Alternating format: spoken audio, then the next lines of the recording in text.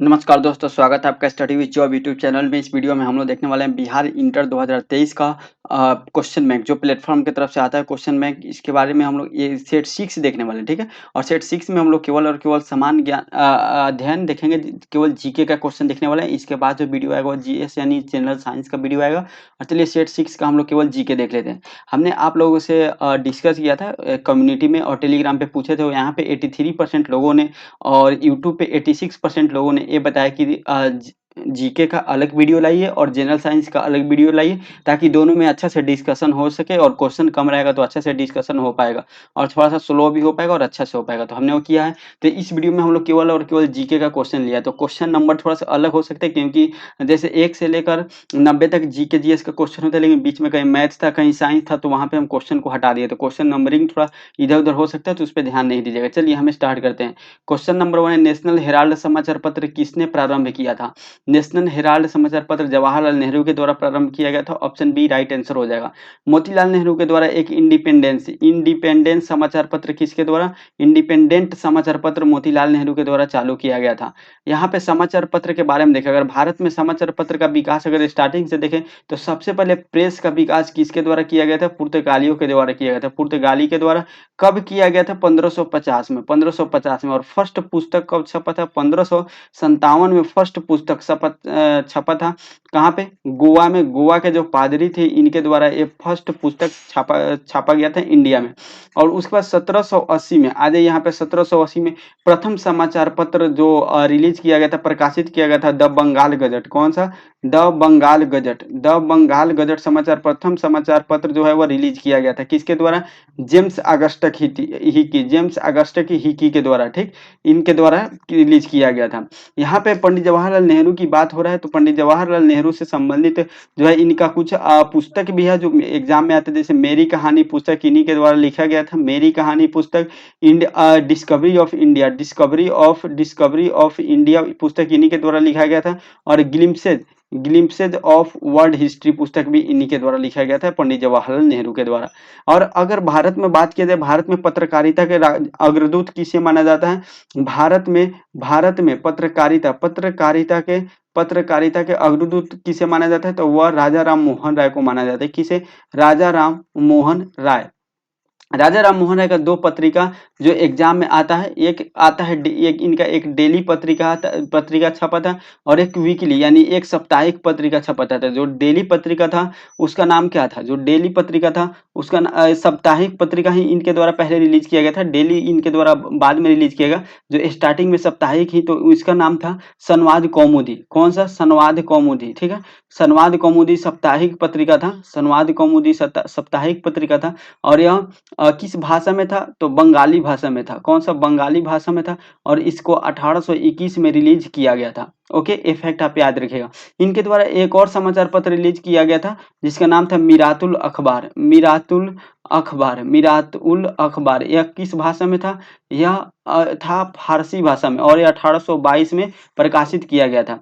बाल गंगाधर तिलक के द्वारा दो पत्रिका निकाला गया था। बाल गंगाधर तिलक के द्वारा, जिसमें इनके द्वारा दो, एक डेली और वीकली निकाला गया था, ठीक है। तो डेली जो इनके द्वारा निकाला गया था, इंपॉर्टेंट है, ध्यान रखिए, यहाँ पे बहुत लोगों का कंफ्यूजन होता है।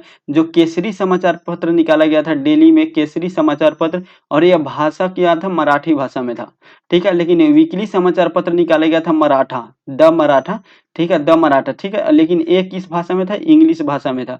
तो यहाँ पे थोड़ा सा कंफ्यूजन नहीं होना चाहिए कि द मराठी समाचार पत्र है तो मराठी भाषा में होगा, ऐसा नहीं है, यह इंग्लिश भाषा में है। चलिए नेक्स्ट क्वेश्चन हम लोग देख लेते हैं, 2 नंबर क्वेश्चन। बोल रहा है मेगास्थनी चंद्रगुप्त मौर्य के कार्यकाल में क्या था? तो वो चंद्रगुप्त मौर्य के कार्यकाल में राजदूत बन के आए थे। ऑप्शन बी राइट आंसर हो जाएगा। किसके राजदूत बनकर आए थे? तो सेल्यूकस निकेटर का राजदूत बन के आए थे मेगास्थनीज, ठीक है। मेगास्थनीज सेल्यूकस निकेटर के जो है वह क्या राजदूत बन के आए थे। इसके बारे में हम लोग बहुत फैक्ट जानेंगे। पहले मेगास्थनीज के बारे में देखेंगे, उसके बाद मेगास्थनीज के द्वारा जो पुस्तक लिखा गया था इंडिका, उसके बारे में देखेंगे। फिर हम लोग देखेंगे इंडिका के बारे में, देखने के बाद चंद्रगुप्त मौर्य के बारे में देखेंगे, और बहुत कुछ डिटेल में देखने वाले, क्योंकि जीएस का क्वेश्चन है तो थोड़ा और अच्छा से हम लोग एक एक चीज को डिटेल में डिस्कस करेंगे, अच्छा लगेगा। चलिए अब हम सबसे पहले देख लेते हैं मेगास्थनीज के बारे में। मेगास्थनीज जो था, इसके द्वारा एक पुस्तिका लिखा गया था इंडिका। इंडिका पुस्तक इसी के द्वारा लिखा गया था। इंडिका पुस्तक जो था, यह क्या बताता है? मौर्य प्रशासन के बारे में बताता है। क्या? मौर्य प्रशासन के बारे में बताता है इंडिका पुस्तक। और सैन्य संगठन के बारे में बताता है, जो चंद्रगुप्त मौर्य का सैन्य संगठन था इसके बारे में बताता है। ठीक। अच्छा, यह जो है इसमें भारतीय समाज को 7 भाग में बांटा गया है। ये बहुत इंपॉर्टेंट पॉइंट है, बहुत इंपॉर्टेंट पॉइंट है। हर एग्जाम में लगभग आता है कि मेगास्निक द्वारा जो इंडिका पुस्तक है इसमें भारतीय समाज को कितने भागों में, 7 भागों में विभाजित किया गया था। लेकिन यह धीरे धीरे खत्म हो गया था, इंडिका पुस्तक धीरे धीरे खत्म हो गया था। लेकिन इसको 1882 में जो है वाटसन मैक क्रिंडल के द्वारा इसको फिर से जो है वह प्रकाशित किया गया था।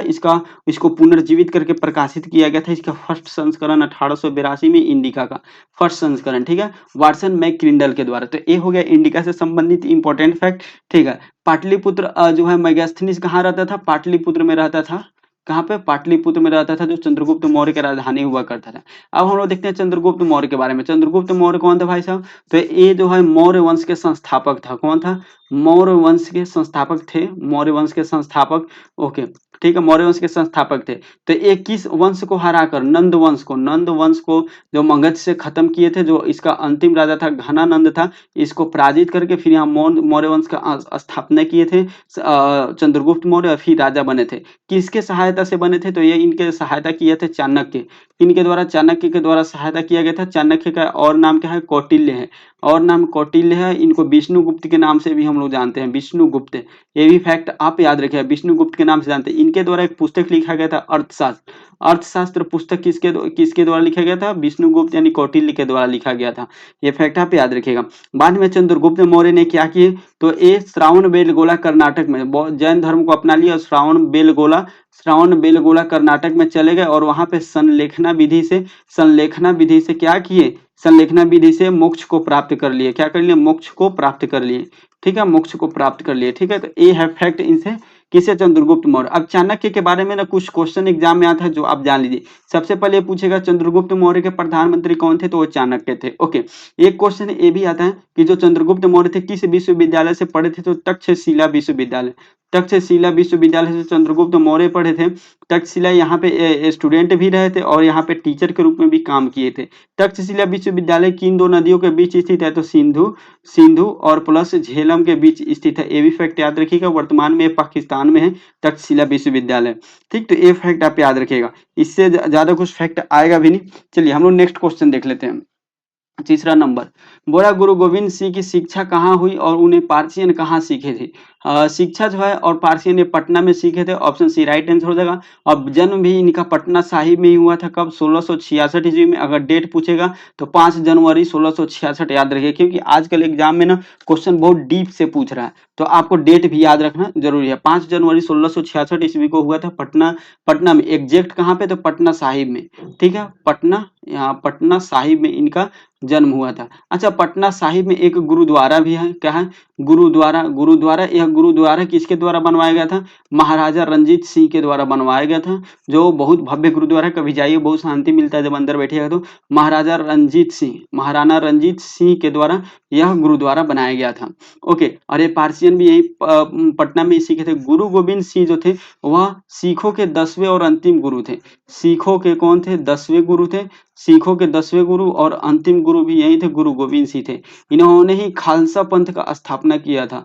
खालसा पंथ का स्थापना किए थे। खालसा पंथ में जो भी ज्वाइन करता था उसको 5 के रूल मतलब वो क्या करना पड़ता था? पालन करना पड़ता। 5 के मतलब 5 वो चीज पहनना होता था। तो गुरु गोविंद सिंह के द्वारा बताया गया था खालसा पंथ में जाने से पहले, एक तो आपको बाल कभी नहीं कटवाना है, केस कभी नहीं कटवाना है, ये लिखा गया उसमें, यानी एक के इधर आ गया।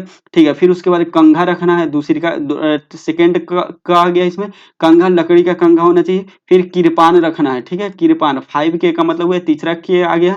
और फिर कड़ा पहनना है आपको, चौथा के आ गया। और फिर आपको कचेरा मतलब यह होता था कि वो लोग जो सूती का वस्त्र, जो अंडरगारमेंट, जो सूती का वस्त्र होता था, ठीक है, उसको वो क्या करते थे? धारण करते थे। तो यहाँ पे 5 के रूल दिया गया था खालसा पंथ में गुरु गोविंद सिंह के द्वारा।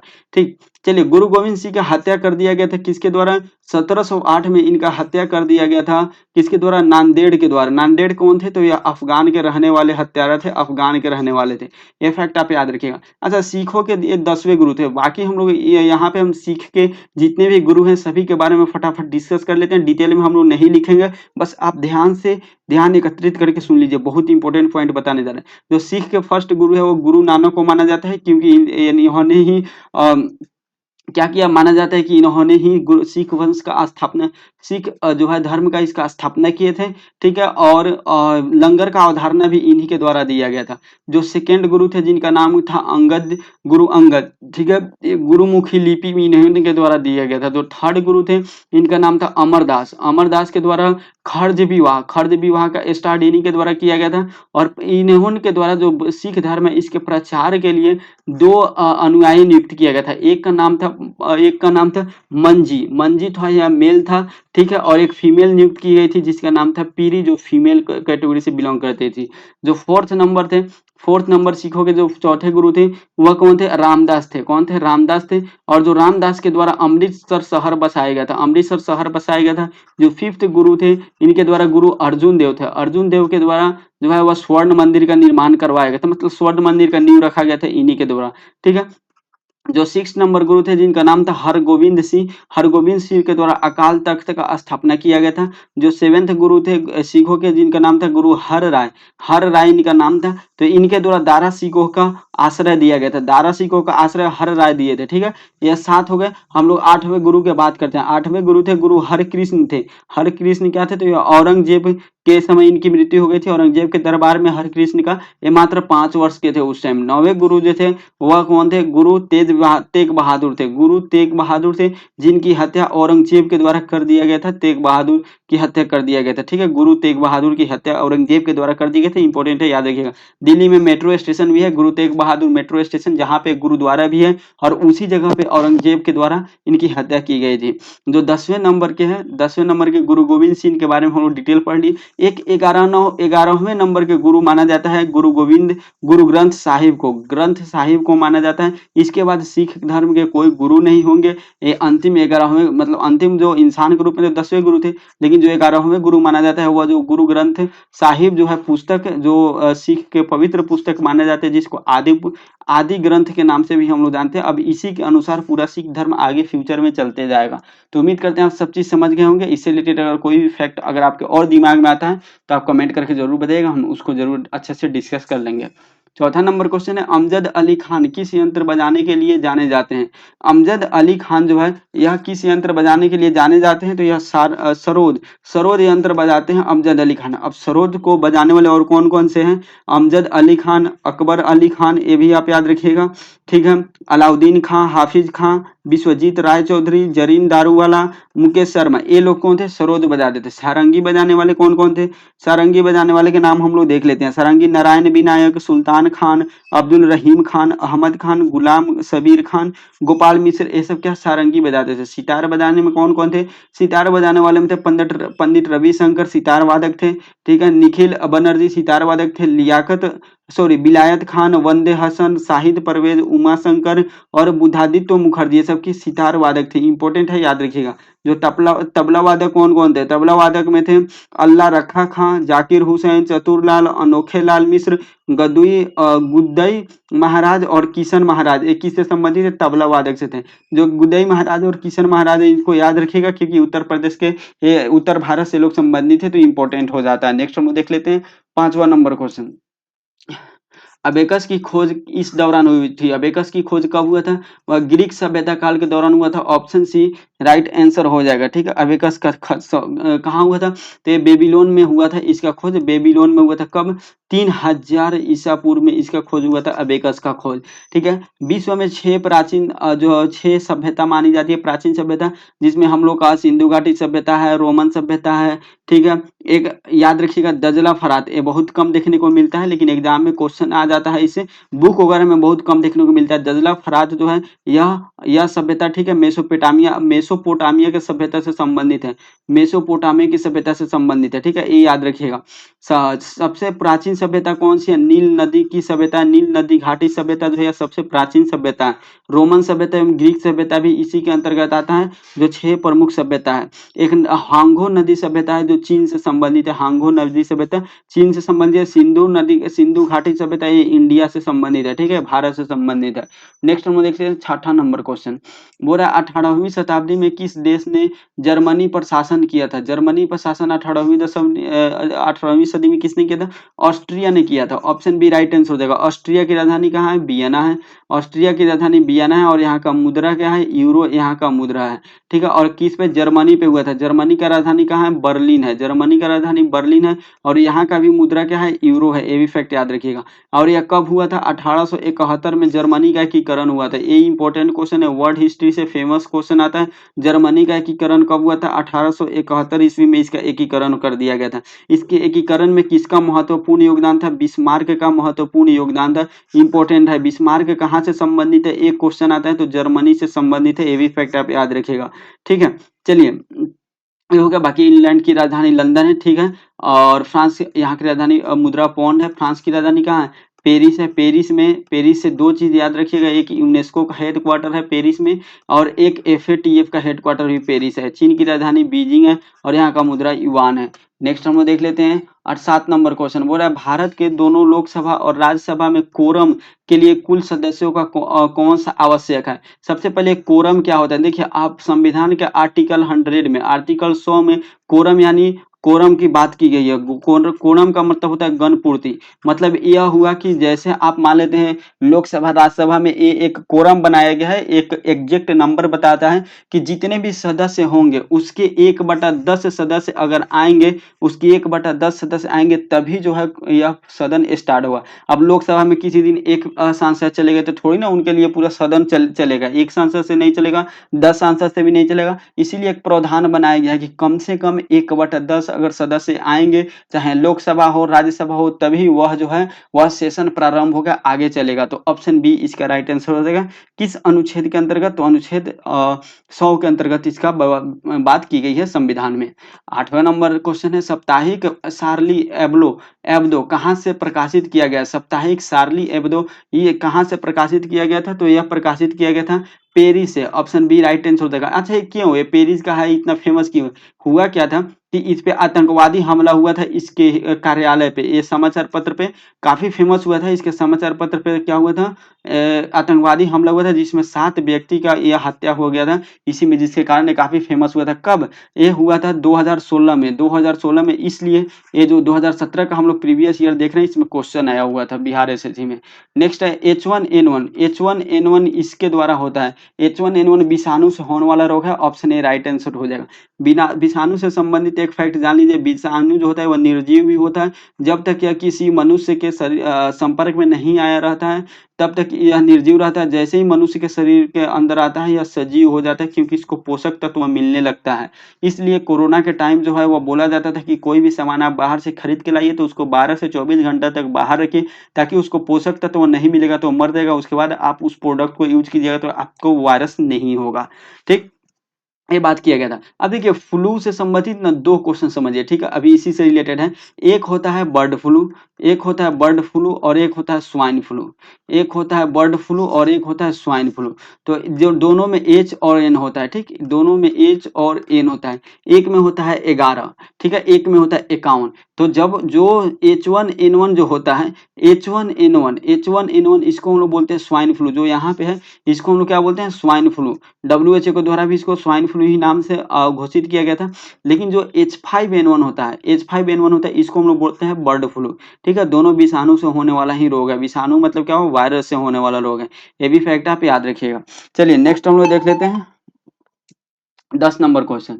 बोल रहा है एक जाना माना साहित्यिक समारोह कहाँ होता है? जाना माना जो साहित्यिक समारोह है या जयपुर में होता है, ऑप्शन ए राइट आंसर हो जाएगा। जयपुर कहाँ स्थित है? राजस्थान में स्थित है। राजस्थान में स्थित है। जयपुर को पिंक सिटी के नाम से जानते हैं। हवा महल भी यहीं पे स्थित है। यहाँ पे हर साल क्या एक साहित्य से संबंधित बहुत अच्छा और बहुत ही फेमस समारोह यहाँ पे आयोजित किया जाता है। तो ये 10 का ए राइट आंसर हो जाएगा यहाँ पे, ठीक है। वाराणसी कहाँ स्थित है? उत्तर प्रदेश में स्थित है वाराणसी, और काफी जो है विरासत शहर इसको माना जाता है, और बहुत पुराना सिटी वाराणसी है। यहीं पे और हिंदुओं के लिए बहुत फेमस मंदिर है वाराणसी। यहाँ पे बहुत अच्छे अच्छे मंदिर है। BHU यहीं पे स्थित है। काशी विश्वनाथ जो अभी काफी फेमस है, जिसका हाल ही में जो फर्स्ट कॉरिडोर का उद्घाटन प्रधानमंत्री नरेंद्र मोदी के द्वारा किया गया था, यहीं से वाराणसी जो प्रधानमंत्री नरेंद्र मोदी का संसदीय क्षेत्र है यह वाराणसी, तो ठीक है, उत्तर प्रदेश में स्थित है।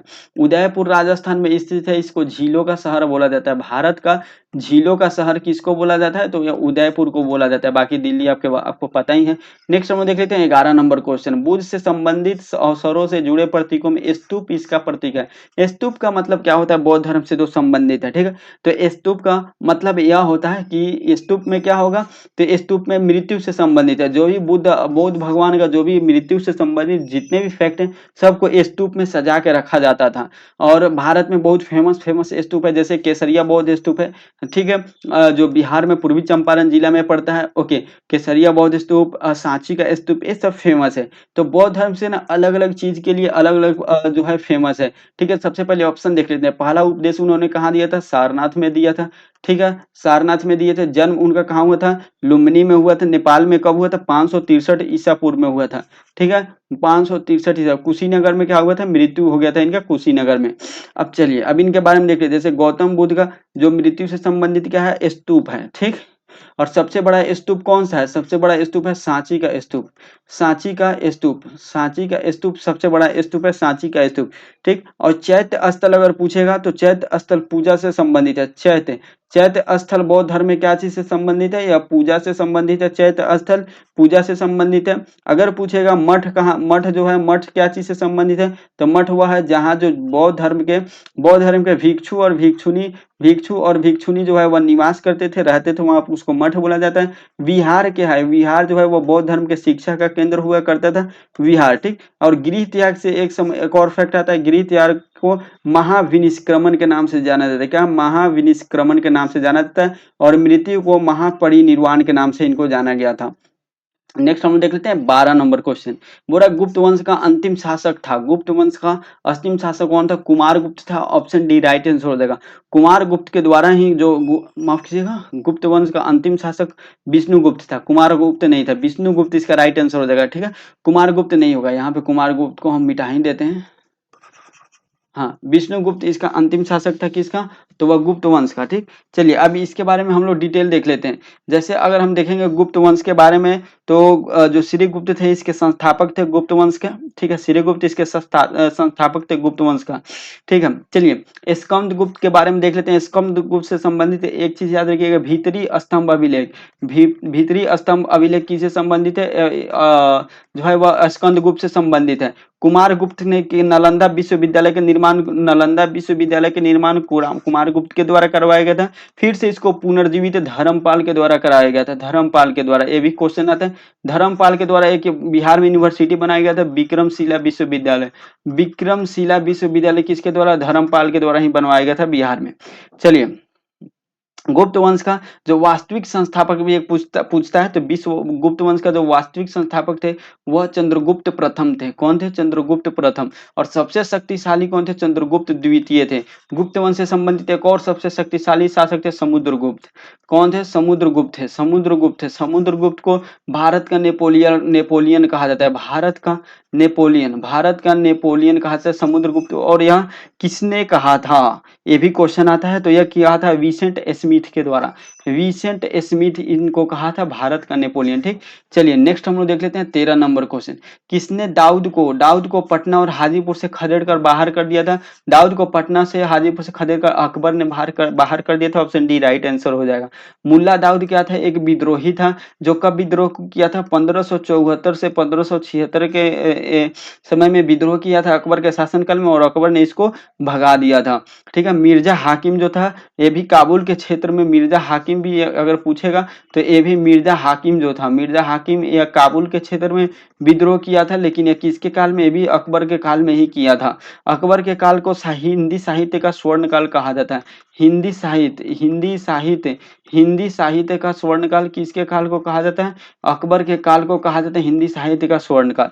ये भी फैक्ट आप याद रखिए। बाकी अकबर से बहुत सारा चीज हम लोग देख चुके हैं पीछे के वीडियो में। बाकी खुसरो और महावत खां के विद्रोह जहांगीर के काल में हुआ था।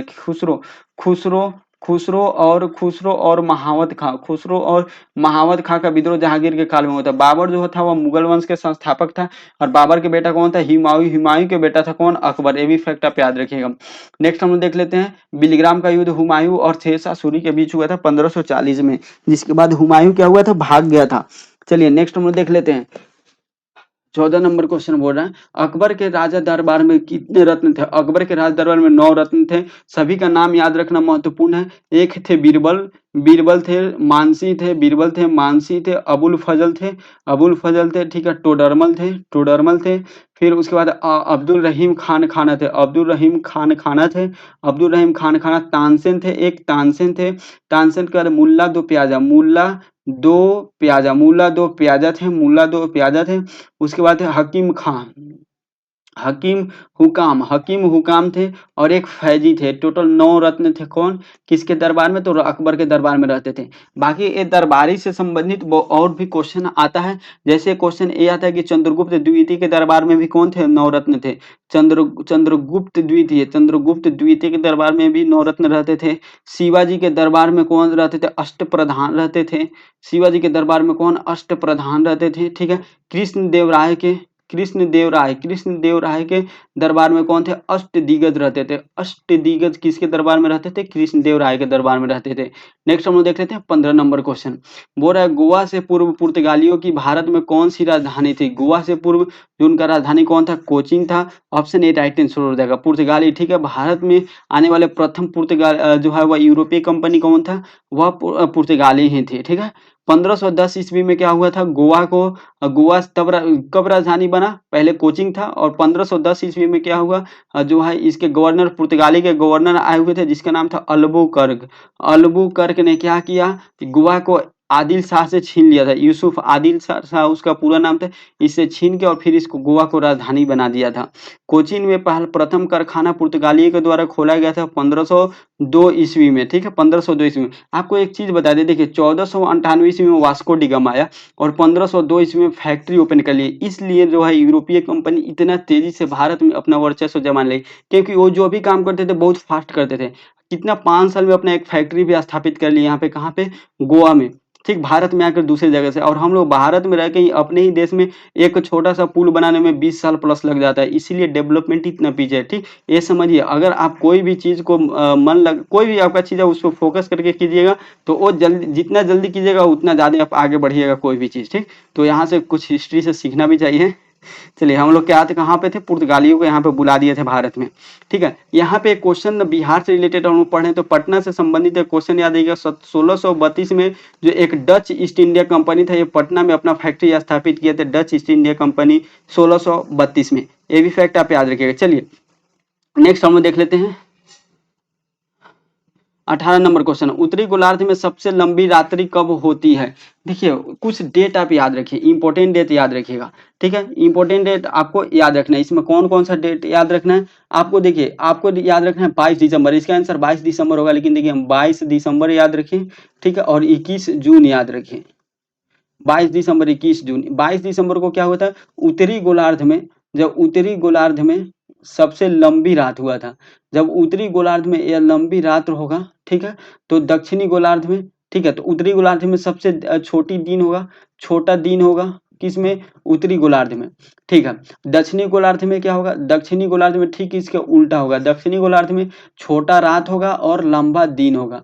ठीक है, लंबा दिन होगा। फिर 21 जून को क्या होता है, उत्तरी गोलार्ध में सबसे लंबा दिन होता है? क्या होता है? लंबा दिन होता है। 21 जून को सबसे लंबा दिन होता है, तो यहाँ पे क्या होगा? छोटा रात होगा, सबसे छोटा रात होगा 21 जून को। और दक्षिणी गोलार्ध की अगर बात किया जाए, दक्षिणी गोलार्ध की, तो दक्षिणी गोलार्ध में इस दिन क्या होता है? सबसे बड़ा रात होता है, बड़ा रात होता है और सबसे छोटा दिन होता है, ठीक है? छोटा दिन होता है यहाँ पे क्या होता है? दक्षिणी गोलार्ध में। तो ये फैक्ट आप 2 डेट से संबंधित ये चीज़ याद रखिए, क्वेश्चन आता है। 20 नंबर क्वेश्चन है, चंपारण सत्याग्रह का आरंभ कब हुआ था? 1917 में हुआ था, ऑप्शन बी राइट आंसर हो जाएगा। चंपारण सत्याग्रह 3 कठिया प्रणाली के हुआ था, यानी 1 कट्ठा में आपको 3 धुर में क्या करना था? नील की खेती करना था, इसी से संबंधित है। और चंपारण में किसके द्वारा? महात्मा गांधी का भारत में फर्स्ट सत्याग्रह हुआ था, जो हमारे डिस्ट्रिक्ट से हुआ था, ठीक है? महात्मा गांधी के द्वारा। और इसको राजकुमार शुक्ल के द्वारा इनको बुलाकर लाया गया था। राजकुमार शुक्ल के द्वारा किस अधिवेशन में मिले थे? लखनऊ अधिवेशन में, वहां पे कांग्रेस के अधिवेशन में राजकुमार शुक्ल महात्मा गांधी से मिले थे। और महात्मा गांधी अपना पहला सत्याग्रह 1917 से ही स्टार्ट किए थे, ठीक है? कहाँ पे? जो है वह पूर्वी चंपारण बिहार के जिले से अपने स्टार्ट किए थे, 3 कठिया जो मिल मजदूर थे उनको लेकर। नेक्स्ट 21 नंबर क्वेश्चन देख लेते हैं। बाद में उसके बाद 1918 में अहमदाबाद खेड़ा मिल मजदूर हुआ था, ये सब उन्हीं के द्वारा चलाया गया था। 1920 में फिर असहयोग आंदोलन चलाए थे, ठीक। 21 नंबर क्वेश्चन है, उत्तर प्रदेश का राजकीय फूल क्या है? उत्तर प्रदेश का राजकीय फूल पलासा है, ऑप्शन बी राइट आंसर हो जाएगा। बाकी उत्तर प्रदेश का राजकीय पक्षी कौन सा है? राजकीय पक्षी सारस है, ठीक है? राजकीय पक्षी सारस है। पशु 12 सिंगा है, पशु क्या है? 12 12 सिंगा है पशु। ये सब यूपी का हम लोग देख रहे हैं, अभी यूपी से रिलेटेड क्वेश्चन है। तो पशु 12 सिंगा है। वृक्ष क्या है? अशोक का वृक्ष है। और वृक्ष क्या है? अशोक का वृक्ष है। ये भी फैक्ट आप याद रखिएगा। राजकीय फूल जो एक कमल है, यहाँ पे क्या है? कमल जो है, हाँ कमल जो है हरियाणा का राजकीय फूल है। कहाँ पे? हरियाणा का। हरियाणा का राजकीय फूल है कौन सा? कमल है हरियाणा का राजकीय फूल। उत्तर प्रदेश का राजकीय चिन्ह क्या है? मछली है।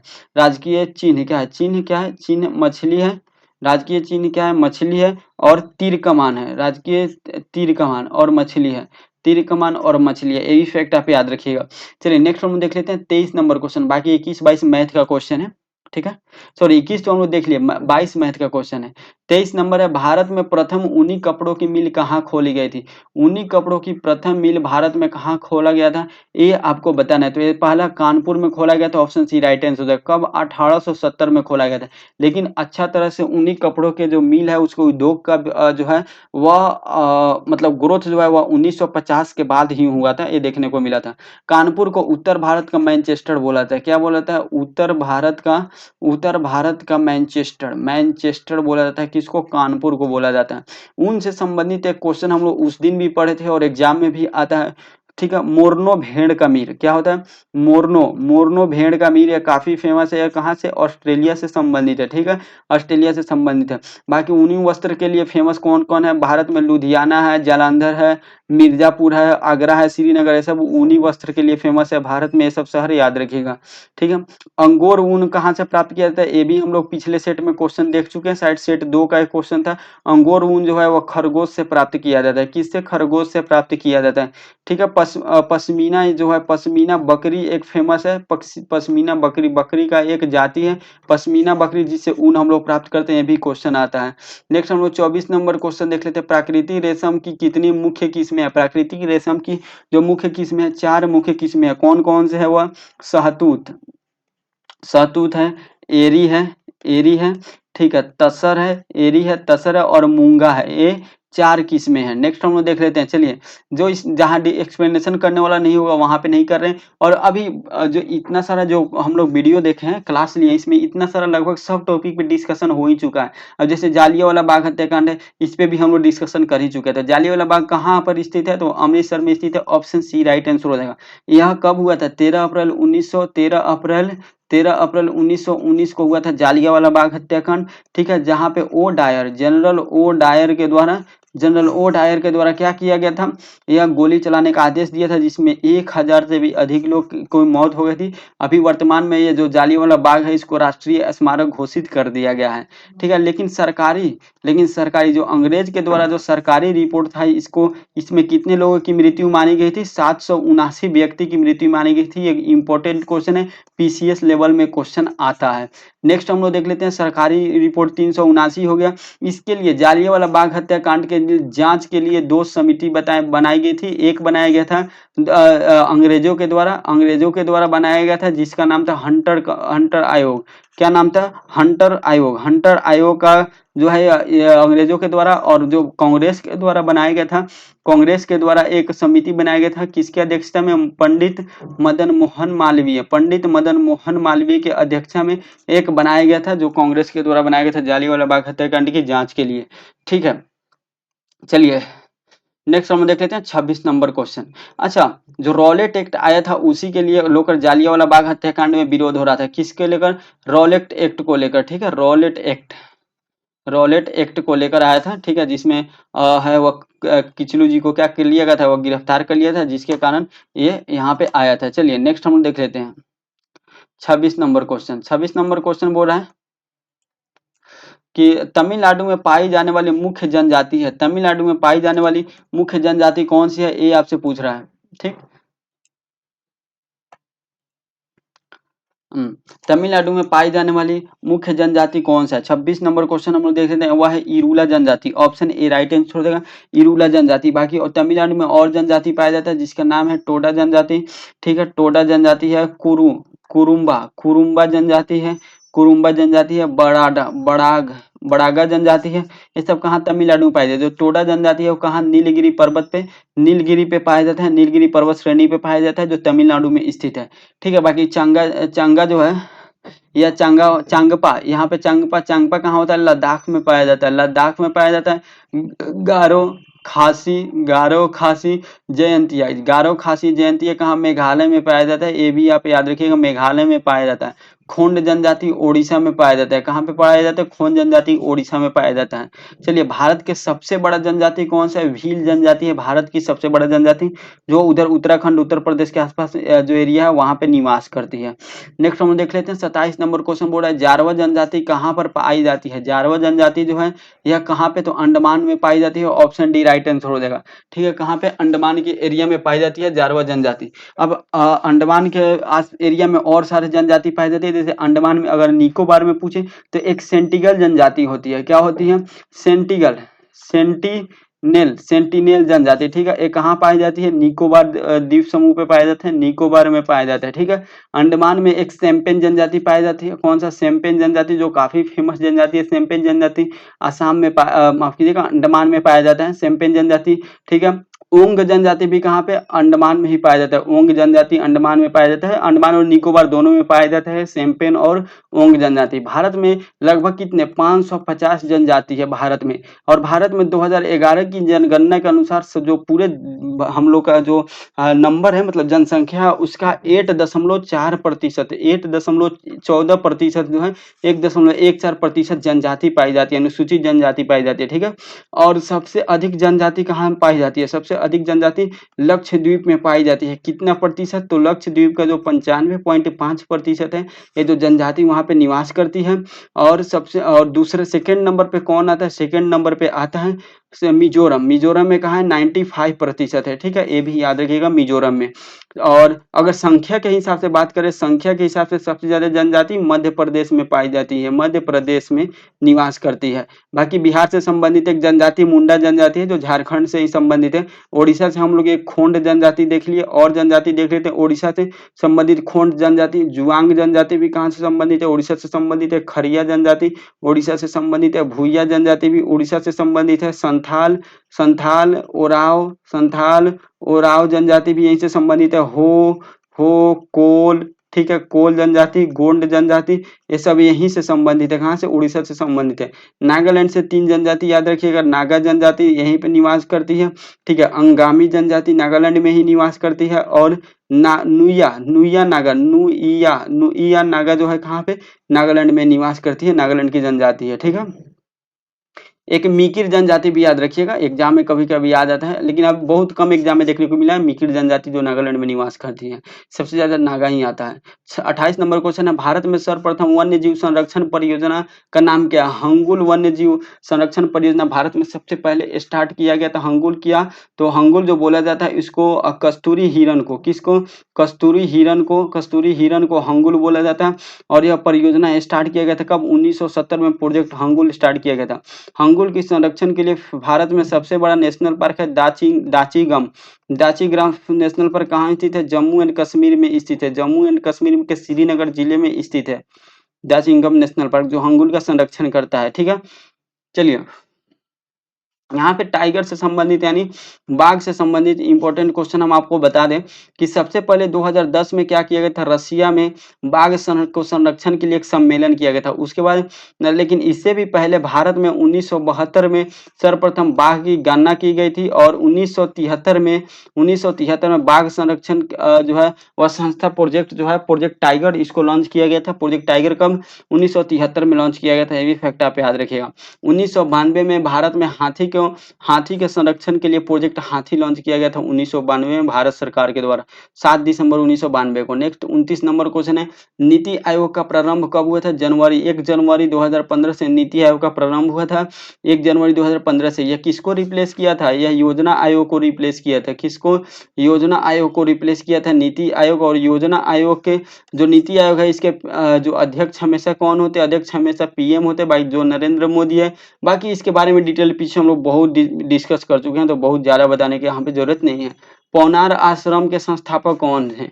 पौनार आश्रम के संस्थापक है Vinoba Bhave. Option C right answer हो जाएगा, विनोबा भावे। अन्ना हजारे क्या थे? अन्ना हजारे एक जो गांधीवादी सोच से संबंधित क्या थे?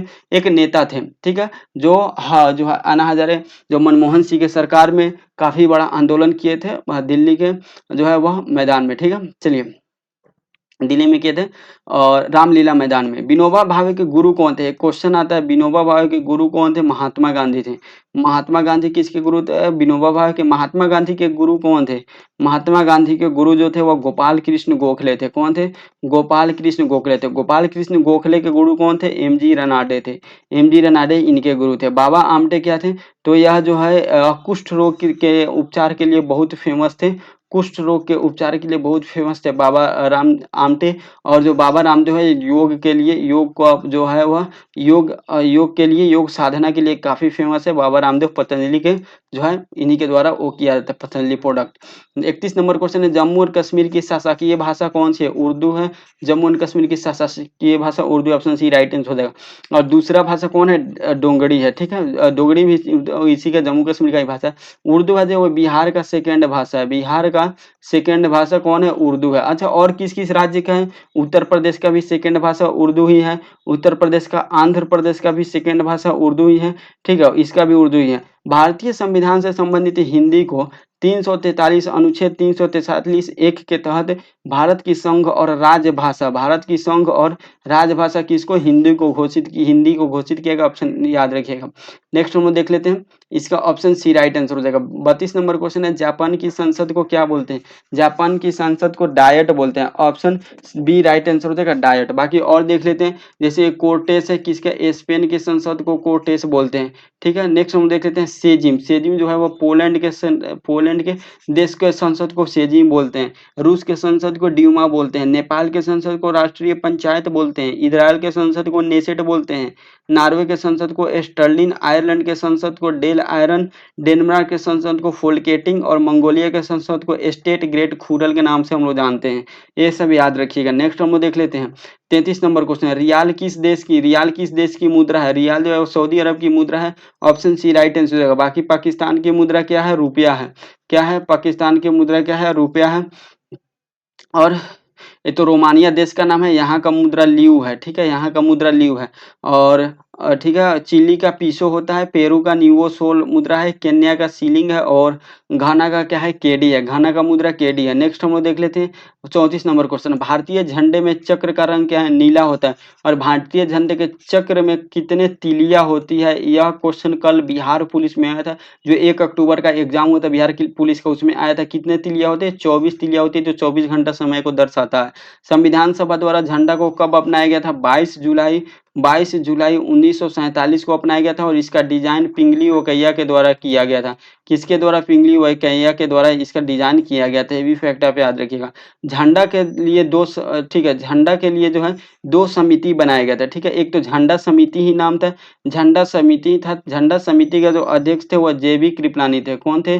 जेबी कृपलानी थे। जेबी कृपलानी एक और चीज के अध्यक्ष थे। किसका अध्यक्ष थे? तो संविधान का जो मौलिक अधिकार संबंधी उप समिति था, मौलिक अधिकार संबंधी उप समिति के जो सलाहकार, उप समिति का जो अध्यक्ष कौन थे? वह जेबी कृपलानी थे। और एक तदर्थ झंडा से संबंधित, झंडा के लिए तदर्थ समिति का गठन किया गया था, जिसकी अध्यक्षता किसके द्वारा किया गया था? वह राजेंद्र प्रसाद के द्वारा इसकी अध्यक्षता किया गया था। ये भी फैक्ट आप याद रखिए, राजेंद्र प्रसाद के द्वारा।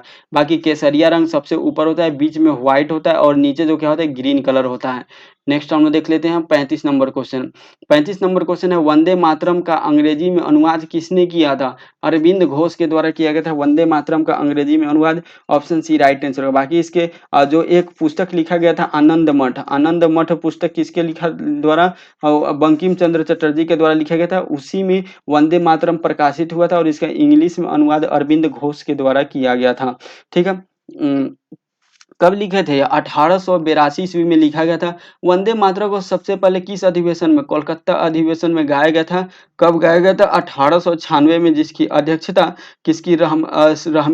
रहीमुत्तुल्लाह सयानी के द्वारा किया गया था। इसकी अध्यक्षता 1896 में कोलकाता में हुआ था, ठीक है। आनंद मठ में एक विद्रोह की जानकारी मिलता है, सन्यासी विद्रोह की जानकारी आनंद मठ पुस्तक में देखने को मिलता है, ठीक। चलिए, सत्यजीत रे से संबंधित बहुत क्वेश्चन आता है एग्जाम में। इनको 1992 में life time achievement of Oscar पुरस्कार से सम्मानित किया गया था सत्यजीत रे को, ठीक है। सत्यजीत रे से संबंधित एक इनका मूवी आता है जो बहुत आता है एग्जाम में, पांथेर पांथेर पंचाली। पांथेर पंचाली किसकी मूवी है? तो वह सत्यजीत रे की मूवी है। ये चीज आप याद रखिएगा।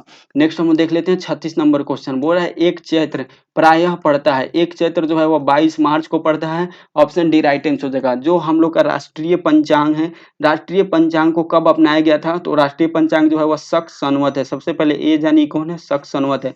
इसको 1957 में अपनाया गया था। कब? 1957 में अपनाया गया था। और इसमें इसी के तहत क्या था? तो इसका जो मंथ स्टार्ट होता है चैत्र से स्टार्ट होता है और फाल्गुन में जाकर खत्म होता है। जो चैत्र का प्रथम दिन होता है वह फर्स्ट चैत्र जिसको हम लोग बोलते हैं वह 22 मार्च को होता है, 22 मार्च को होता है, ठीक है। ये भी, और फाल्गुन लास्ट महीना होता है। इसी कारण जो हम लोग का जितना भी वार्षिक होता है वह मार्च अप्रैल से स्टार्ट होता है, क्योंकि मार्च में यहाँ पे 22 मार्च को से स्टार्ट होता है, तो हम लोग 1 अप्रैल से स्टार्ट करते हैं और फाल्गुन में जो है वह खत्म हो जाता है हम लोग का, ठीक है। तो मार्च में फाल्गुन पड़ता है और चैत में भी अप्रैल से लगभग स्टार्ट होता है, मार्च से। तो इसलिए हम लोग का जितना भी सेशन है, चाहे स्कूल का सेशन हो, कॉलेज का सेशन हो, चाहे सरकार का बजट हो, सब हम लोग इसी अनुसार करते हैं। हम लोग अंग्रेजी महीने से नहीं करते हैं, हम लोग करते हैं अपना शक संवत जो राष्ट्रीय पंचांग है उससे, चैत से लेकर फाल्गुन तक, ठीक है। तो आप याद रखिएगा। नेक्स्ट है 37 नंबर क्वेश्चन। 37 नंबर क्वेश्चन है, सत्यमेव जयते कहाँ से लिया गया था? मुंडकोपनिषद से लिया गया था। ऑप्शन बी राइट आंसर हो जाएगा। जो है वह सत्यमेव जयते मुंडकोप उपनिषद, या उपनिषद का यहाँ पे बात हो रहा है। भारत कितने उपनिषद है टोटल? उपनिषद कितने टोटल? 108 उपनिषद है टोटल। ये भी आप याद रखिएगा, ठीक है। रामायण किसके द्वारा? वाल्मीकि जी के द्वारा लिखा गया था। रामायण वाल्मीकि जी के द्वारा। मनु स्मृति मनु के द्वारा लिखा गया था। किसके द्वारा? मनु के द्वारा लिखा गया था मनु स्मृति। मनु जो थे ये किसके दरबार में रहते थे? तो यह पुष्यमित्र शुंग के दरबार में रहते थे। किसके? पुष्यमित्र शुंग के दरबार में रहते थे, ठीक है। ये कौन? मनु। ये भी आप याद रखिएगा, ठीक है। चलिए नेक्स्ट हम लोग देख लेते हैं। ये जो है मुंडकोपनिषद क्या है? तो जो सत्यमेव जयते वो भारत के क्या है? राष्ट्रीय वाक्य है। राष्ट्रीय वाक्य अगर क्वेश्चन आएगा तो ये सत्यमेव जयते हैं। नेक्स्ट हम लोग 38 नंबर क्वेश्चन देख लेते हैं। मार्च में 2016 में गतिमान एक्सप्रेस की आजमाइशी यात्रा दिल्ली और इस शहर के मध्य की गई थी। किसने? दिल्ली और आगरा के बीच की गई थी। ऑप्शन डी राइट आंसर हो जाएगा। कौन? दिल्ली और आगरा के बीच। इसका मतलब उस टाइम का जो 2016 में आया था सबसे फास्टेस्ट ट्रेन था, जिसका स्पीड 160 किलोमीटर है। वर्तमान में कौन है? वंदे भारत है सबसे फास्टेस्ट भारत का, जिसकी स्पीड 180 किलोमीटर है, ठीक, चलिए नेक्स्ट हम देख लेते हैं 139 नंबर क्वेश्चन। किसका उपनाम द वाल है? द वाल किसका नाम है? राहुल द्रविड़ का। ये जब टेस्ट मैच खेलने उतरते हैं तो उतरते थे, तो ये कभी आउट ही नहीं होते थे। 200-300 बॉल ऐसे ही खेल जाते थे, आउट ही नहीं होते थे, बस चुपचाप ऐसे खड़े रहते थे, इसलिए इनका नाम द वाल रख दिया गया। ठीक है, विकेट के सामने ऐसे दीवार की तरह खड़ा रहते थे। तो ऑप्शन डी राइट आंसर। बाकी मास्टर ब्लास्टर सचिन तेंदुलकर को हम लोग जानते हैं। शोएब अख्तर को रावलपिंडी एक्सप्रेस के नाम से हम लोग जानते हैं। ठीक है, शोएब अख्तर को रावलपिंडी एक्सप्रेस के। बाकी फ्लाइंग सिख के नाम से किसे जाना जाता है? फ्लाइंग सिख के नाम से जाना जाता है किसको? मिल्खा सिंह को। लिटिल मास्टर के नाम से हम लोग जानते हैं किसको? लिटिल मास्टर के नाम से जाना जाता है सुनील गावस्कर को लिटिल मास्टर। माही किसके? MSD महेंद्र सिंह धोनी के नाम से जानते हैं। ठीक है, कूल कैप्टन भी इन्हीं के नाम से जानते हैं और हम बहुत बड़े फैन भी हैं इनके। चलिए, और राहुल द्रविड़ को दीवार के नाम से जानते हैं, दवाल, ये हो गया। चलिए 40 नंबर क्वेश्चन हम देख लेते हैं। रेड क्रॉस का मुख्यालय कहाँ स्थित है? रेड क्रॉस का मुख्यालय स्विट्जरलैंड में। ऑप्शन ए राइट आंसर होगा स्विट्जरलैंड का। ठीक है, स्विट्जरलैंड में स्थित है, जिसका राजधानी कहाँ? जेनेवा में स्थित है। ठीक है, रेड क्रॉस का स्थापना कब हुआ था? रेड क्रॉस का स्थापना हुआ था 1863 में। किसके द्वारा? हेनरी ड्यूनेट के द्वारा किया गया था। हेनरी ड्यूनेंट के द्वारा इसका स्थापना किया गया था। हेनरी ड्यूनेंट के द्वारा इसका स्थापना किया गया था 1863 ईस्वी में। ठीक है, और रेड क्रॉस को जो है वह कब इनका जन्म हुआ था? 8 मई को, और 8 मई को ही रेड क्रॉस दिवस भी मनाया जाता है। ठीक है, रेड क्रॉस दिवस भी 8 मई को ही मनाया जाता है। रेड क्रॉस जो है, यह रेड क्रॉस जो 1917 में रेड क्रॉस को 3 बार नोबेल शांति का नोबेल पुरस्कार मिला था। 1917, 1944 और 1963, ये तीनों डेट याद रखिएगा, 3 बार शांति का नोबेल पुरस्कार मिला था। अब हम लोग देख लेते हैं 41 नंबर क्वेश्चन। आनंद मठ के लेखक कौन है? यह बंकिम चंद्र चटर्जी है। इसके बारे में डिटेल हम लोग पीछे देख चुके हैं, अभी डिस्कस करने का उतना खास जरूरी नहीं है। बाकी इनका और जो पुस्तक है वो हम लोग देख सकते हैं। इनके द्वारा दुर्गेश नंदिनी, कपाल कुंडला, विश्व वृक्ष, मृणालिनी, सीताराम, देवी चौधरानी, ये सब इन्हीं के द्वारा लिखा गया था। नेक्स्ट 42 नंबर क्वेश्चन है। द ओडेसिटी ऑफ होप किसने लिखी थी? The Audacity of Hope Barack Obama के द्वारा लिखा गया था। ऑप्शन सी राइट आंसर होगा। जो बराक ओबामा है इन्हीं के द्वारा लिखा गया था, और बराक ओबामा जो है वह 44वें राष्ट्रपति थे यूएसए के, और फर्स्ट अश्वेत राष्ट्रपति थे। कहाँ के? यूएसए के। फर्स्ट अश्वेत राष्ट्रपति यूएसए के थे। मनमोहन सिंह के द्वारा एक पुस्तक लिखा गया था जिसका नाम क्या है? चेंजिंग इंडिया कहाँ है? मनमोहन सिंह के द्वारा लिखा गया था। बाकी बिल क्लिंटन और GW बुश, ये सब कहाँ के? अमेरिका के ही उपराष्ट्रपति रह चुके हैं। समय का वर्णन करते हुए शब्द संक्षेप एडी का अर्थ क्या होता है?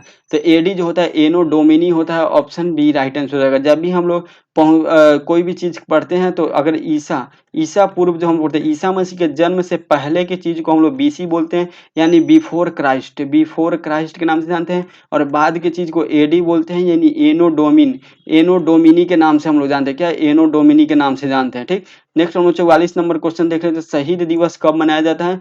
शहीद दिवस 30 जनवरी को। ऑप्शन सी राइट आंसर हो जाएगा। 30 जनवरी को शहीद दिवस मनाया जाता है, क्योंकि इसी दिन महात्मा गांधी की हत्या कर दिया गया था। किसके द्वारा? नाथूराम गोडसे के द्वारा इनकी हत्या कर दी गई थी। और आज़ादी के बाद जो 1947 में आज़ादी हुआ था, आज़ादी के बाद पहली बार किसी को फांसी दिया गया था, तो वह नाथूराम गोडसे को ही दिया गया था। ठीक है, 1948 में नाथूराम गोडसे को, 1947 में आज़ादी हुआ था, उसके बाद पहला इंसान जो था नाथूराम गोडसे था, जो जिसको फांसी दिया गया था 1948 में महात्मा गांधी की हत्या कर दिया था। ठीक है, 14 फरवरी को वैलेंटाइन दिवस मनाया जाता है। ठीक है, 29 जून को, यहाँ 30 जून के जगह हम लोग 29 जून देख लेते हैं। 29 जून को राष्ट्रीय सांख्यिकी दिवस मनाया जाता है। ठीक है, और 20 जून आप यदि याद रखें, 20 जून को विश्व शरणार्थी दिवस के रूप में हम लोग मनाते हैं। विश्व शरणार्थी दिवस मनाते हैं 20 जून को। नेक्स्ट देख लेते हैं 46 नंबर क्वेश्चन। सत्यजीत राय द्वारा निर्देशित सर्वप्रथम चलचित्र कौन सा था? तो वह था Pather Panchali. Option D right answer है। इसको हम लोग पीछे देख चुके हैं। सत्यजीत राय को, जो पश्चिम बंगाल के काफी फेमस निर्देशन थे, इनको 1992 में ऑस्कर अवार्ड दिया गया था, जो पीछे हम लोग डिस्कस कर चुके हैं। नेक्स्ट हम लोग देख लेते हैं 47 नंबर क्वेश्चन। भारत का सबसे बड़ा संग्रहालय कहाँ स्थित है? कलकत्ता में स्थित है। सबसे बड़ा संग्रहालय भारत का कलकत्ता में और क्या क्या स्थित है? केंद्रीय कांच एवं मृत्तिका अनुसंधान संस्थान कलकत्ता में स्थित है, और रासायनिक जैविकी संस्थान कहाँ स्थित है? कलकत्ता में ही स्थित है। नेक्स्ट देख लेते हैं पंचतंत्र किसने लिखा था? पंचतंत्र किसके द्वारा लिखा गया था? तो वह विष्णु शर्मा के द्वारा लिखा गया था। ऑप्शन ए राइट आंसर हो जाएगा। पंचतंत्र एकमात्र बाइबिल के बाद सबसे अधिक भाषा में अनुवादित होने वाला पुस्तक पंचतंत्र ही है, ये भी आप याद रखिएगा। पंचतंत्र जो विशाख दत्त हैं, विशाख दत्त के द्वारा मुद्रा राक्षस पुस्तक लिखा गया था। क्या? मुद्रा राक्षस पुस्तक विशाख दत्त के द्वारा। और देवी देवी चंद्रगुप्तम ये भी विशाख दत्त के द्वारा ही लिखा गया था। वराहमिहिर कौन थे? एक खगोल शास्त्री थे वराहमिहिर, ये भी याद रखिएगा, ठीक है। नेक्स्ट हम लोग देख लेते हैं 49 नंबर क्वेश्चन। कौन उसके आयुर्वेद के ज्ञान के लिए फेमस है? धन्वंतरी जो थे वो आयुर्वेद के ज्ञान के लिए फेमस थे। और ये किस काल में थे? गुप्त काल में थे। गुप्त काल में धन्वंतरी जो थे वह काफी फेमस थे, जो चिकित्सा से संबंधित थे। और भारत सरकार के द्वारा चिकित्सा के क्षेत्र में एक धन्वंतरी पुरस्कार भी दिया जाता है। धन्वंतरी पुरस्कार भी दिया जाता है। आर्यभट्ट जो थे या सूर्य सिद्धांतिका पुस्तक इन्हीं के द्वारा लिखा गया था, आर्यभट्ट के द्वारा लिखा गया था। बाकी ब्रह्मगुप्त के द्वारा ब्रह्म सिद्धांत दिया गया था, ब्रह्म सिद्धांत ब्रह्मगुप्त के द्वारा लिखा गया था। भारत का न्यूटन किसे बोला जाता है? भारत के न्यूटन ब्रह्मगुप्त को बोला जाता है। ऐसे दुनिया का न्यूटन इनको बोलना चाहिए था न्यूटन, ठीक है। किसको? ब्रह्मगुप्त को, क्योंकि न्यूटन तो बाद में आए थे ना। 50 नंबर क्वेश्चन देख लेते हैं, ठीक है। आईपीएल का आरंभ कब हुआ था? आईपीएल का आरंभ 2008 में हुआ था। ऑप्शन सी राइट आंसर हो जाएगा। लेकिन हम लोग को ए नहीं देखना, हम लोग को देखना 2023 में आईपीएल सब, ठीक है। एक चीज और याद रखिएगा, आईपीएल जो था, आईपीएल से संबंधित 2 फैक्ट याद रखिएगा। आईपीएल में एक होता है ऑरेंज कप, ऑरेंज कैप उसको दिया जाता है जो सबसे ज्यादा रन बनाता है, ठीक है। और एक होता है पर्पल कप, पर्पल कैप उसको दिया जाता है जो सबसे ज्यादा विकेट लेता है, ठीक है। तो अब चलिए 2023 में जान लेते हैं। 2023 में जो है वह चेन्नई सुपर किंग विजेता रहा था और उप विजेता गुजरात टाइटंस रहा था, ठीक है। चलिए कहाँ इसको खेला गया था? तो नरेंद्र मोदी स्टेडियम गुजरात में इसका फाइनल खेला गया था, जिसमें पर्पल कप किसको मिला था? पर्पल कैप जो सबसे ज्यादा विकेट लिया होगा उसको मिला होगा, तो मोहम्मद शमी को मिला था। किसको? मोहम्मद शमी को। और जो है ऑरेंज कैप किसको मिला था? तो वह शुभमन गिल को मिला था, शुभमन गिल को मिला था, ठीक है। ये भी फैक्ट आप याद रखिएगा, 2023 में शुभमन गिल को मिला था, ठीक। चलिए, और ये कौन सा नंबर का था? 2023 में हुआ था वह 16वां नंबर का आईपीएल हुआ था। ये भी फैक्ट आप याद रखिएगा। चलिए नेक्स्ट हम देख लेते हैं 51 नंबर क्वेश्चन। बोल रहा है भारतीय मानक समय ग्रीनविच मध्य समय इतना आगे है, कितना? तो जो ग्रीनविच के मध्य समय से वो 5.5 घंटा आगे। ऑप्शन ए राइट आंसर हो जाएगा। जो भारत का जो है वह 82.5 डिग्री जो है 82.5 डिग्री पूर्वी देशांतर के जो ग्रीनविच टाइम है ये स्थित है। और ये कहाँ से? उत्तर प्रदेश के नैनी से होकर गुजरता है, ठीक है। उत्तर प्रदेश के नैनी से होकर गुजरता है। और ये ग्रीनविच मध्य समय कहाँ कहाँ स्थित है? लंदन के ग्रीनविच शहर में स्थित है, जो 0 डिग्री देशांतर रेखा के ऊपर स्थित है। और दुनिया में कितने टोटल 24 टाइम जोन है? दुनिया में टोटल 24 टाइम जोन है। और एक टाइम जोन के प्रत्येक टाइम जोन जो है इसके बीच 15 देशांतर का अंतर होता है, यानी 1 घंटा का अंतर पाया जाता है, ठीक है। 1 घंटा का अंतर पाया जाता है, ये भी फैक्ट आप याद रखिएगा। बेरिंग जल संधि जो है, यह इससे क्वेश्चन आता है बेरिंग जल संधि से। बेरिंग जल संधि जो है वह अंतर्राष्ट्रीय तिथि रेखा जो ग्रीनविच जो अंतर्राष्ट्रीय तिथि रेखा जो है इसके समानांतर है, ये भी फैक्ट याद रखिएगा। नेक्स्ट हम देख लेते हैं 53 नंबर क्वेश्चन। दुनिया का सबसे बड़ा दलदल या गीला स्थान कहाँ स्थित है? वह एशिया के साइबेरिया में स्थित है, जो ऊपर स्थित है, किसके? रूस के ऊपर स्थित है। नेक्स्ट ठीक है, तो एशिया में स्थित है सबसे दलदल भूमि, ठीक है। और भारत में आर्द्र भूमि विश्व स्तर पर सम्मेलन एक रामसर स्थल हुआ था, जो ये दलदल भूमि यानी आर्द्र भूमि इसको बोलते हैं, ठीक है। आर्द्र भूमि इसको बोलते हैं। इसी के संरक्षण के लिए 1971 में रामसर में एक सम्मेलन हुआ था, जिसको और उसके बाद से इसको रामसर साइट के नाम से जाना जाने लगा। भारत में 75 प्लस रामसर साइट है। और भारत में रामसर साइट यानी आर्द्र भूमि को संरक्षण के लिए 2010 में अधिनियम बनाया गया था। नेक्स्ट हम लोग देख लेते हैं 53-54 नंबर क्वेश्चन। मानचित्र में समुद्र की समान गहराई को जोड़ने वाली रेखा को कहते हैं, जो समान गहराई की रेखा है उसको जोड़ने के लिए क्या आइसोबाथ का प्रयोग करते हैं? समान गहराई को आइसोबाथ। ऑप्शन सी राइट आंसर हो जाएगा, ठीक है। उसके बाद है आइसोसोनेगल। आइसोसोनेगल का क्या मतलब होता है? समुद्री में जो है आइसोसोनेगल या समान जो चुंबकीय झुकाव को जो चुंबकीय झुकाव है इसको समान दर्शाती है। आइसोहेलाइन क्या चीज बताता है? आइसोहेलाइन जो होता है वो खारेपन बताता है। आइसोसोहेल बताता है आपको सूर्यताप की समान अवधि को बताता है। आइसोसोनेफ जो है मेघा क्षमता को और वह समान क्षेत्र को बताता है, ताकि और वर्षा की समान मात्रा वाले स्थान को आइसो हाइट बताता है, ठीक। तो ये सब आप याद रखिएगा, बस सुन लीजिए और 1-2 बार वीडियो देखिएगा, आपको याद आ जाएगा। नेक्स्ट हम लोग देख लेते हैं 55 नंबर क्वेश्चन। यह एक ठंडी और शुष्क वायु है, इसमें कौन एक ठंडी और शुष्क वायु है? तो बोरा जो है यह ठंडी और शुष्क वायु है, ऑप्शन सी राइट आंसर हो जाएगा। हरिकेन, हरिकेन जो होता है वो अटलांटिक महासागर में उठने वाली एक भयंकर चक्रवात है। और टॉर्नेडो, टॉर्नेडो भी यही है, एक अल्पकालीन मतलब थोड़ा देर के लिए भयंकर तूफान जो है, जिसकी जो हवा की स्पीड 325 किलोमीटर रहती है। चलिए नेक्स्ट हम लोग आगे बढ़ लेते हैं। आज थोड़ा डिस्कशन कम कर दे क्योंकि थोड़ा सा ना वीडियो यहाँ पे करने में प्रॉब्लम हो रहा है। नेक्स्ट हम देख लेते हैं शामल इराक में स्थित आने वाला एक चक्रवाती तूफान है। शामल सांता आना या कैलिफोर्निया में आता है। सिराको जो है वह अरब के रेगिस्तान में आता है। ये सब जो इंपॉर्टेंट है याद रखिएगा, हम लिख नहीं पा रहे हैं, बोल दे रहे हैं। वह नदी जो दिल्ली में बहती है वो क्या है? यमुना नदी है, ऑप्शन डी राइट आंसर है। यमुना नदी गंगा की सबसे बड़ी सहायक नदी है यमुना नदी, ठीक है। यमुना नदी गंगा की सबसे बड़ी सहायक नदी है। यमुना नदी के किनारे दो शहर स्थित है, एक तो आगरा और मथुरा भी इसी के किनारे स्थित है, यमुना नदी के किनारे, ठीक है। लुधियाना जो है वह सतलज नदी के किनारे स्थित है। लुधियाना सरयू नदी के किनारे अयोध्या स्थित है और पटना गंगा नदी के किनारे स्थित है। नेक्स्ट है 57 नंबर क्वेश्चन, इरावती नदी किस में गिरती है? इरावती नदी बंगाल की खाड़ी में गिरती है, ऑप्शन ए राइट आंसर हो जाएगा। इरावती नदी कहाँ की? तो वह म्यांमार की प्रमुख नदी है। म्यांमार की प्रमुख नदी इरावती नदी। नेक्स्ट हम लोग देख लेते हैं। चलिए अमेजॉन नदी कहाँ पे? तो ब्राजील में है, ठीक है। चलिए 58 नंबर क्वेश्चन है, नदी का एक उथला विस्तार, नदी का एक उथला विस्तार जो नाव हो या गाड़ी से पार किया जा सके वो क्या कहलाता है? नाव या गाड़ी से पार किया जाने वाला जो उठा हुआ नदी का विस्तार जो होता है उसको हम लोग क्या बोलते हैं? रीफ बोलते हैं, ऑप्शन सी राइट आंसर हो जाएगा। उसको रीफ बोलते हैं, ठीक है। और नदी अगर आगे चल के, जैसे ये नदी आ रही है, नदी आ रही, आगे चल के अलग अलग भाग में अगर नदी ये बट जाती है तो इसको क्या बोला जाता है? इसको बोला जाता है बितारिका। क्या बोला जाता है? बितारिका बोला जाता है। नेक्स्ट हम देख लेते हैं 59 नंबर क्वेश्चन, बोला दुनिया का सबसे बड़ा द्वीप कौन सा है? दुनिया का सबसे बड़ा द्वीप ग्रीनलैंड द्वीप है, जिसका क्षेत्रफल लगभग 21,75,000 वर्ग किलोमीटर है, ठीक है, किलोमीटर स्क्वायर है। इसका क्षेत्रफल दुनिया का सबसे बड़ा द्वीप है। और यह कहाँ स्थित है? आर्कटिक, यह कहाँ स्थित है? आर्कटिक, आर्कटिक और अटलांटिक महासागर में स्थित है।